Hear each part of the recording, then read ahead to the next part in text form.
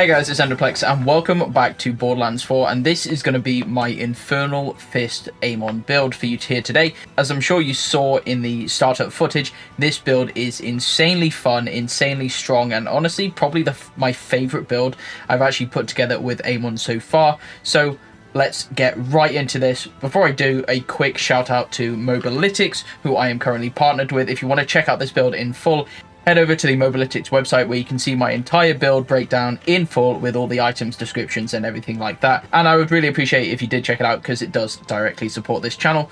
But with that all out of the way, what does this build do? Well, this build, essentially, we are using our Onslaughter action skill, which is the giant souped up melee punch. And with the combination of skills we've got, it's going to allow us to have pretty much 100% uptime on our action skill, as well as our forge skill, and is going to make us pretty much immortal throughout the whole thing. So this build is crazy fun, honestly. It is a primarily melee focused build. However, there are a few guns that I think synergize very well with this build. So first of all, for our action skill, we are going to be using Onslaughter, of course. And for our augments, we are going to be using Frelvost, which is immediately after a rocket punch, we do a large follow-up attack dealing cryo melee damage. Now, this cryo melee damage does hit very, very hard and will also slow and sometimes freeze enemies in the area. And also, non-boss enemies that you hit with this that are under 25% HP are killed immediately. Now, 25 HP might not sound an awful lot, but in UVHM5, enemies do have a lot of health, and I actually find this proccing relatively often, which just feels awesome when you execute an enemy. And then for our capstone ability, we have Stormcutter. Now, this is our forge skill ability, and what this does is we throw out a giant horizontal sword slice dealing shock melee damage. And the key thing about this is going to restore our action skill cooldown, our action skill duration if our action skill is active, and our ordnance cooldown. Ordnance isn't that big a deal, but still absolutely great. And this is 20% per enemy hit, which is insane and can pretty much allow you to have 100% uptime on your action skill and everything like that involved. So Stormcutter is a amazing capstone here today, and that's why we're going to be using it. So as for the skill allocation, firstly we have 3 points into impetus. This is going to give us some movement speed and shield regeneration rate. Because we are melee focused, we want to be able to get to the enemies as quickly as possible. Luckily, Onslaughter kind of allows you to lock onto enemies and like cross map punch them, which is just incredible, but the impetus allows us to get to that location, and the shield regeneration rate per stack is pretty good as well. It just helps out with a bit of survivability. Now, 2 points into Discombobulate, giving us some melee crit hit chance. And we don't want any more points into this because we are more interested in moving further down the tree. As we get down to the next tier, we have Gut Punch. Melee damage and ordnance damage have a chance to apply weakness to enemies for a duration. Weakened enemies are going to deal reduced damage, so this is going to make you inherently more tankier, and also going to take increased damage, so 20% damage bonus on top of anything. Now, with messing about with this a little bit, you could probably maybe drop 1 point into Gut Punch and add another point into the best defense for more overshield, but it's a bit of a toss-up as to which one you want to do, and I'll kind of leave that one up to you. For me, I've got 3 into Gut Punch and just 1 into the best defense because we're dealing so much melee damage that 3% of our melee damage kind of just fills up our overshield anyway, so it's not really that important. Regardless, we have 5 points into Titanium Knuckles, which is going to give us massive melee damage increase as well as a skill damage increase, and skill is going to be anything that is like our forge skill, our onslaught action skill, punch, all that sort of stuff boosts from skill damage, so we're getting a kind of 2-for-1 here, which is amazing. Forged in Steel, allowing us to become immune every time we activate our Forge skill. And if you probably saw in the gameplay at the start of this video, we can have this Forge skill up basically all the time, meaning that we're actually immune to damage most of the time. So this build is crazy. So yeah, I'll explain how all of this works in just a second. Next down the tree, we have Berserk. Now, Berserk and There Is Only Red are probably Amon's strongest skills in like his entire trees combined. This skill is incredible, and the way this works is whenever we activate our Forge skill, which as I mentioned before, we are going to be doing a lot, we're going to become Berserk, gaining slow immunity, which is great, and increase damage with guns and melee. This is 30% bonus cryo damage at max rank. And then we have There Is Only Red, where whenever we get a kill skill, it's going to refresh this duration so we can keep it up for longer, and every subsequent kill is going to give us 60% bonus of this cryo damage, and this caps out at 600%, so we're getting 600% of the 30% cryo, so we're essentially getting 200% bonus cryo damage on top of everything we do. Gun damage, melee damage, it's insane. And then we have My Touch is Death at the end of this, meaning that whenever we deal melee damage, which is obviously a lot, there's a chance to activate all of our kill skills. This is amazing because we are spec'd into quite a lot of kill skills in this build. And as you'll see in just a second, the setup we've got allows melees to hit literally all the time. So insane. Into the Fray gives us increased damage dealt and damage reduction based on the distance from the enemy. With melee, we're probably going to be up close 90% of the time, so 25% bonus damage, 50% reduced damage taken is great. Harbinger, kill skill, allowing Amon to deal increased melee damage and maximum shield capacity for a duration. This duration is 20 seconds and max stacks of 5, so this caps out at 25% melee damage and 50% maximum shield capacity, which is huge, giving us massive shields.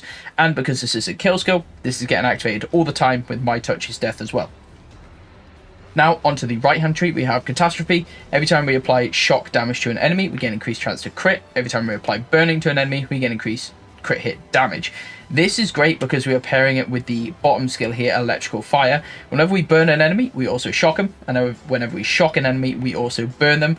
And because we are using our Storm Cutter capstone, this is going to be dealing shock melee damage, and inherently our Onslaught action skill is going to be dealing incendiary melee damage. So we're getting both these to proc all the time.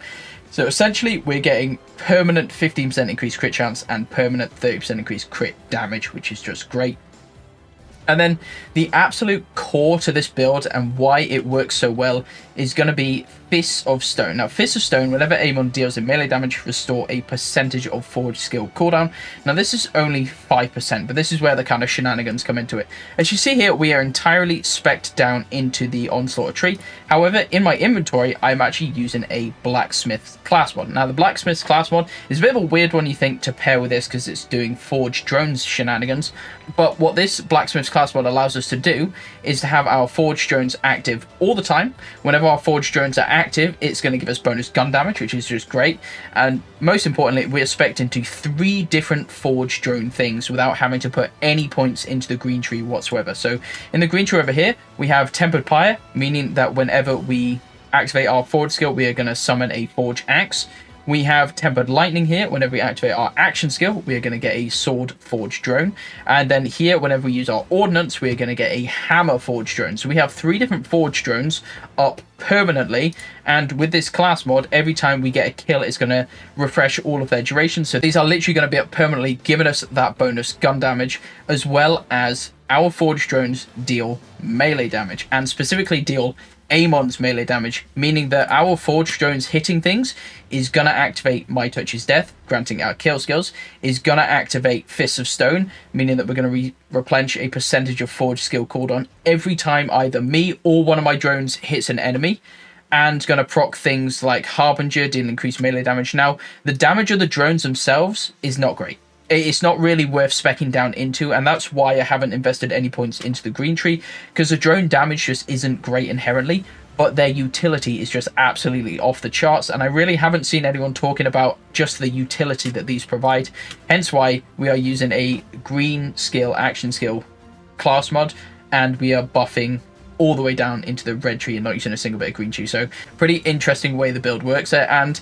unfortunately the increased gun damage that we deal per drone, I did do some testing, it's around 2.5% per drone. So if we have 3 active, it's 7.5%, which I wasn't too thrilled about, but an extra bonus 7.5% gun damage is pretty good. And then inherently this passive gives us 33% Forge drone duration, as well as some ordnance damage as well, which is pretty good. So yeah, this class mod is absolutely key to the build to allow this to work, and allows to have literally 100% uptime on our Forge skill. Now, I will demonstrate just quickly what I'm talking about here over at the target dummies in Sanctuary. Now, when I activate my action skill, you can see here we summon the sword. When I throw my ordnance, we're going to summon the hammer. And when I use my Forge skill, we're going to summon the axe. So we have 3 there. And you can see these guys hitting the enemy. Can you see the cooldown at the bottom? This was like a 60-second cooldown. If I punch this guy and make sure these are enemies, look at the cooldown of our thing. So there we go, our Forge skill's back up. We can swing it out, and then look at the cooldown down. As well as me punching as well. There we go, now it's back up. It hasn't even been 6 seconds yet. We have full uptime on our Onslaught tree. Getting that refresh on the action skill, more punching, throwing some more knives, and Forge drone up again. There we go. So you can literally use your forge skill all the time with this. Keep 100% uptime on your onslaught action skill. And yeah, you can just build up some absolutely insane damage doing this. And like I said before, every time you activate this forge skill, we gain an immunity for 6 seconds. We are doing this more than once every 6 seconds, meaning that we are just immune to all damage pretty much permanently. So yeah, this is just insane. And you see, I'm not even meleeing that much. This is just the drones doing all of the melees for me. I'm not doing anything at all, and we are getting all of this insane cooldown rate. So yeah, as you can see, this build is absolutely awesome. I think there are a few cool weapons to pair with it to make it just a little bit better, but really the only thing you actually need is going to be the blacksmith's class mod. And this class mod does drop from Vile Lictor, which is the boss of Terminus range. So go ahead and head over to Vile Lictor, Terminus range, kill that guy a bunch of times to get this blacksmith's class mod, and this build will be working amazingly for you. Now, some cherries on top to make this build just work a little bit better are going to be specializations. There are a few specializations that work really, really well here. One being Groundbreaker. Groundbreaker reads that non-melee attacks and slam damage are stored, and then melee attacks deal bonus kinetic melee damage based on the stored damage, 20% of the stored damage. Now, this actually works with Amon's Berserk and There Is Only Red. This bonus 200% cryo damage that we're going to be dealing classes as non-melee damage, but then we are applying it through a melee attack. So you can actually get some weird stacking going on where you can actually stack up infinite melee damage, because you deal that increased damage as a melee attack, then it stores 20% of that, then you deal it again, storing 20% of the increased damage. So this kind of stacks on top of itself, and throughout like a long fight, you can actually stack up to millions of melee damage just one-shotting a bunch of enemies. So it does make it super, super fun. But if you haven't managed to get down to the specialization yet, the skill tree and build is really good anyway. You don't need it, but this is just a kind of cherry on top. Bare Arms giving us bonus melee damage based on 50% of our gun damage, which is pretty good here. Bullet Train allows us to hip fire, sprint, and shoot with bonus gun damage. Again, okay, if I had more specialization points, I might be speccing into things like, now with the caffeine, giving us more action skill cooldown rate in case we run out of our action skill. Some things are better further down this tree. Unfortunately, I don't just have enough specialization points yet to invest, but if you do, there are some really good things that you can spec into later down these trees. But as a base, the runner tree is amazing, and if you can get down to Groundbreaker, it is fantastic. Really, really good skill here. Kind of a little bit broken the way that it works, but it was the same in Borderlands 3 and it stayed like that in Borderlands 2, so I'm willing to bet it's going to stay the same in Borderlands 4 as well. Now, another thing worth mentioning if we want to boost this build even just a little bit further is trying to get points into some firmware, and the firmware that we're looking for is going to be Real Big Fist, giving us increases in melee damage, 15% at base, 25 additional % on top of that at rank 2, and then at rank 3, melee kills trigger a Nova Explosion for 200% bonus melee damage, which is just great. And then we have 1 into Action Fist, which gives us our base melee increase of 15% as well, because it's just another little bit of melee scaling, which honestly just works great. As for some weapons and rep kits and stuff like that, I'm using the shiny war paint because we're just going to be getting this bonus 30% movement speed. This is honestly the thing that I'm interested in the most, to allow us to kind of zip around the battlefield as much as possible. So I'd kind of recommend that, but you can pretty much use anything here. It doesn't really matter. As for my ordnance, I currently have on a penetrating knife because I think everyone who's got one does, but I'm not really using it for the crits. The crits don't matter that much. You could try a few different things here. The only thing I would say is you want something that has a couple of charges that you can spam out, so you can just make sure you always have your Forge Hammer drone active at all times. I did try the fully loaded Slippy, which is a melee damage grenade that drops from, I think it's Shadow Pelt, which is this week's big encore.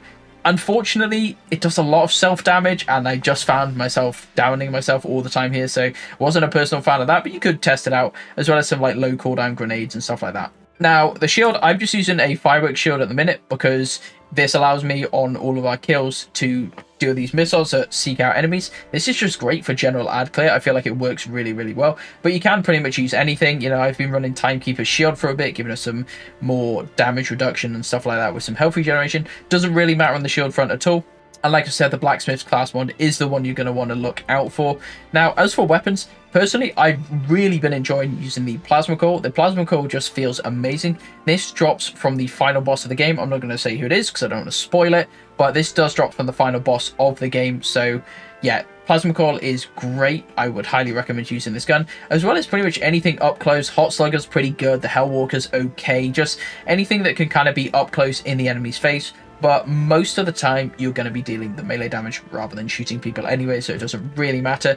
And then as for my enhancement here, I am actually using the Maliwan enhancement just because I am using the Plasma Coil and quite enjoying it throughout this build. So this means that we're going to gain 10% bonus damage from the inactive mode. I'm using this in radiation, so then it's going to put 10% bonus shot damage on top of our radiation damage there, so pretty good. This is also going to apply the electrical burn thing, where wherever we burn, we electrocute stuff, all that sort of stuff. So yeah, really good there, but that's going to be about everything for this build. It's an absolutely insane build, super, super fun, and probably one of the more powerful builds I've managed to come up with.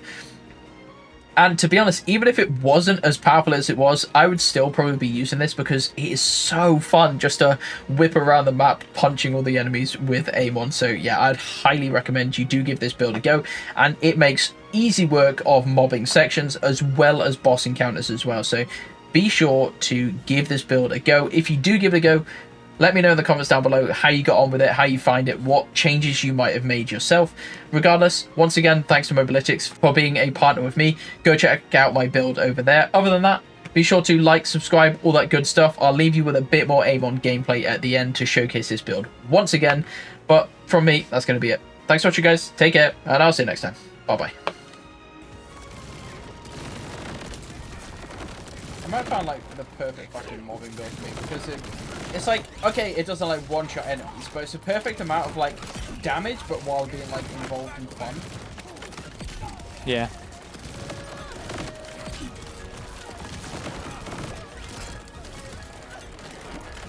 Serious damage. Oh, who is alive? Okay, that's fine. That's a lot of shit.